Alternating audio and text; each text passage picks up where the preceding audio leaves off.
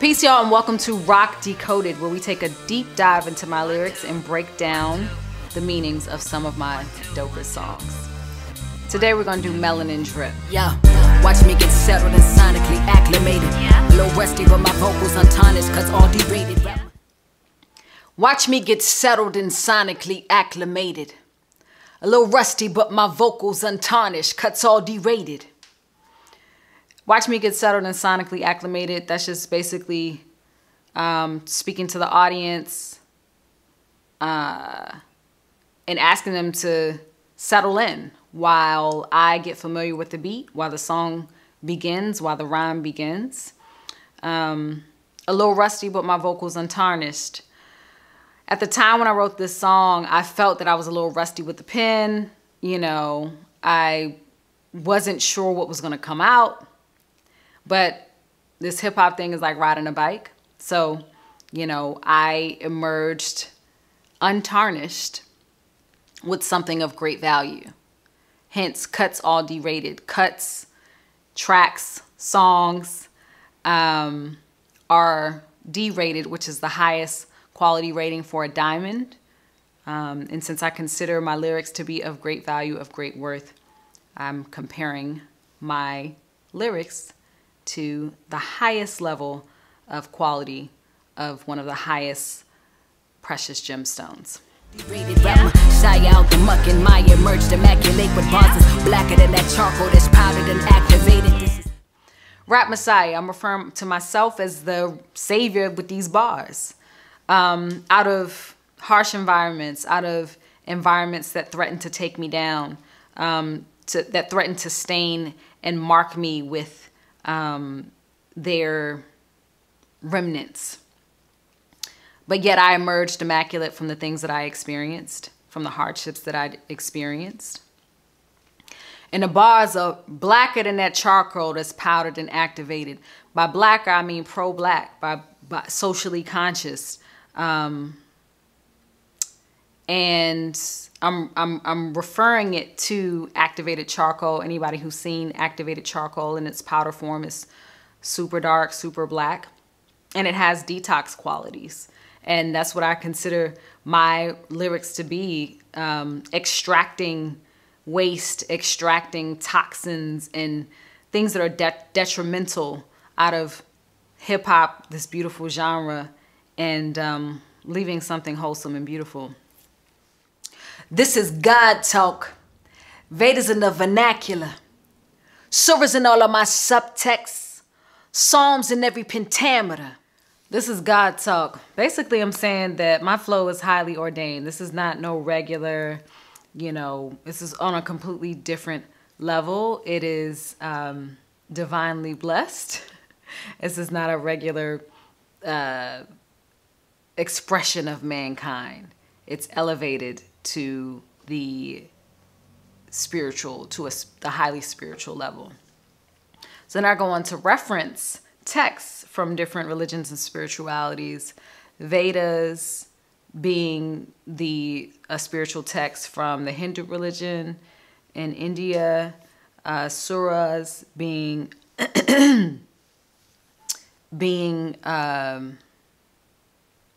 from the Quran, verses taken from the Quran of the Islamic faith, and Psalms, as we know, taken from the Christian religion. And I'm playing with different literary devices in which these spiritual texts are imbued. I'm about to rule every foot and square inch of the planet surrounded parameter. I'm ruling everything. I'm taking over the globe, taking over the planet. Too many L's and too many dubs equated to my present stamina. Too many L's and too many dubs equated to my present stamina. By L's and dubs, I'm talking about losses and wins. And too many of those equated to or made me who I am, basically. It made me voraciously fight for this path, this career, my place on the planet. And I'm also referencing the formula that you use to calculate the perimeter, which is 2L plus 2W. So I'm playing around with that as well. And I ain't a quitter, ain't your babe, I'm not your sweetie or your hun, I'm more like a tiller. I'll never stop. I'm rejecting these titles often used to baby and belittle women. Baby, hun, sweetie. I'm not any of those things to you. You can't call me that. The closest thing I am to a hun is Attila Hun, who is a historical figure, Eurasian historical leader, widely known for his savagery. So I'm talking about, you know, the savagery with which I will spit to let you know I'm not to be trifled with. Might go savage on these samples, leaving them hollow, hand me the filler. Filler, I'm talking about injection filler, where, you know, women in Hollywood get plastic surgery and fillers to fill in the hollowed out collagen, hollowed out joints to flesh out their skin. Struck a nerve with forever. Never thought that speaking freely could be worth a milli. I'm talking about Forever, my single, that impacted so many people, and it hit people in a real emotional place. Speaking freely, I was very honest. I was very open with that song. I never thought that it could be worth a million. Not $1 million, but 1 million views. Right now it's at 3+ million views. And I never thought when writing that song it would be, it would get to that point. When the last time a rapper made the people Philippine, homie, call me Manila. When I say Philippine, I am saying feel a pin. But I'm manipulating the words to make it sound like the Philippines, Philippine. And Manila is the capital of the Philippines. Melanin drip, coming for everything edible, hell of a trip. Every remark I spit, design it in that patriarchy, that's edible shit. So melanin drip is just, you know, that unexplainable, undefined sauce, that drip, that finesse, that flyness, that dopeness that melanated people just have. I'm coming for all of your food. I'm hungry. Anybody in this industry that got what I need, I'm coming for them. I'm clearing the plate. That's how hungry I am. I'm taking what's mine, and I'm taking some other stuff too. Coming for everything edible. I mean, your food. Hell of a trip is a reference to edibles. You know, edibles, herbal edibles. Got you, have you tripping. Every remark I spit designed to end the patriarchy. That's Oedipal shit. Everything that I spit, everything that I write is designed to dismantle systems of oppression, including racism and the patriarchy, right? Patriarchy literally means rule of the father. And Oedipal shit, or the Oedipal complex that I'm referring to, is a complex that was a psychiatric analytic complex defined by Freud, Sigmund Freud, that was derived from a Greek myth of a man named Oedipus who unintentionally killed his father. So killing the father, killing the rule of the father, that's how I came up with that line. There's layers to this, it's deep. I'm part Rico, halfway lethal, Queen Yasan to a better than Brits. I'm part regal. I mean, I'm a queen, I'm royal, but I'm also deadly. You know, we equate queenship with being very stately and having this strong sense of decorum, and you don't break that. But I also have this other side where I will go beast on you in a second. Queen Yasantua battling Brits, and that's a reference to a queen of the Ashanti Empire in Ghana that had a series of epic battles with the British rule, who had colonized the Ghanaian state at that time and attempted to take the golden stool, which basically epitomized the strength, value, and might of the Ashanti nation. And Queen Asante was like, oh, hell no. She heard that she was in a room full of chiefs, and she rallied these men that she was in a room with and told them to fight, because they weren't going to take everything, something that had been in the possession and represented so much of the Ashanti people. They weren't just going to take that from them. And so she led a series of successful battles against the British. And yeah, and so that's just a representation of what I mean when I say I'm part regal, halfway lethal. That's why my English broken, Ghanaian gold engulf my mandibles tips. When I say my English broken, we know broken English is not the quote unquote Queen's proper English. It's broken, and it's intentional, and it's deliberate. The way that I use it in this song is basically talking about breaking the chains of colonialism or colonialist oppression. And Ghanaian gold engulfs my mandibles tips. Mandible being the jaw.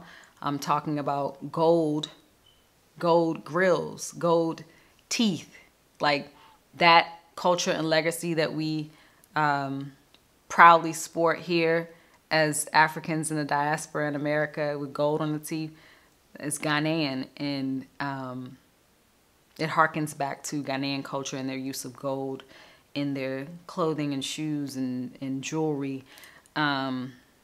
So that line is a resistance to colonial oppression and embracing of traditional culture. Wait, I notice you might be a bit confused. My lyric mastery like a can of gasoline after they done lit the fuse. I'm triple blackness in a post-apocalyptic mood, amassing the survivors to a rather highly gifted brood. Basically, I'm saying I'm that fire. Can of gasoline after they done lit the fuse. I'm triple blackness. I'm referring to the idea of triple darkness. Basically, I'm saying I'm super pro-black, but also the idea of triple darkness, something that's been referenced in the Nation of Islam. They talk about this state, these three stages of creation, and then also talking about darkness as this state of unknowingness, this mystery that is oftentimes not visible to the naked eye, but ties together the entire universe. So yeah, I'm in a post-apocalyptic mood. You know, I'm riled up. I done laid destruction to this thing. And post-apocalyptic, I'm ready to rebuild, amassing the survivors into a rather highly gifted brood. These are now my children. The survivors are the strong ones. They are the worthy, and they are now my children, and we are building a conglomerate, if you will. I'm unpredictable on these written admissions. I'll either have rivals bow out or bow their heads in contrition. I'm unpredictable. You never know what I'm going to do. I'm going to switch up my flow, switch up my style, spit over some live instrumentation. You know, you'll never know. I'm not a traditional MC. I'll either have rivals bow out, which means they'll leave, they'll take their leave, unable to compete or spar with me, or bow their heads in contrition. Basically, be repentant for even daring to challenge me. Prayerful, you know, if you will. I'm a visionary pineal tilted towards the constellations. My holy lyrics gotta follow in like God's religion. I'm a visionary. Self-explanatory. My pineal gland, which is the gland that produces melatonin, which then ties into production of melanin, is tilted towards the constellations, always looking towards the heavens for inspiration, divine guidance. My holy lyrics have a following like God's religion. My supporters, my fans, if you will, my listeners, they are steadfast followers and believers in the strength and the power of my words. No validation needed, my flow off the meter. I go off on rap tirades and park my name behind hip-hop elites. I don't need validation. My flow is off the meter, like a parking meter. It can't be measured, can't be valued. I go off on rap tirades, I spit, I black out when I spit, and then sit right behind hip-hop's elite, right behind those people you call the GOAT, right behind the people you say are the best. I take my place right behind them because I'm up next. The only evidence that I need to prove I'm on my way, because I hear the people shouting, rockin' Ali Boomaye. And of course, that's a reference to the epic battle between the People's Champ Muhammad Ali and George Foreman that took place in the 70s in Zaire. And when Ali was like training and running through the village, the people were shouting behind him, Ali Boomaye, which literally meant Ali kill him, which of course they didn't mean that literally, but they were basically rallying behind him, rooting for him to defeat his opponent, for he represented the people. And I am tying that back to myself and saying that they're waiting for me as well to defeat my opponents, defeat my rivals, and take my rightful place as the representative of the people. And that is Melanin Drip. The only evidence that I need to prove I'm on my way, cause I hear the people shouting, Rocket Ali Boomaye.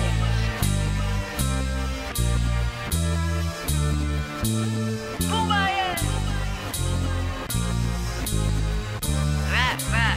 Rap, Boomaye.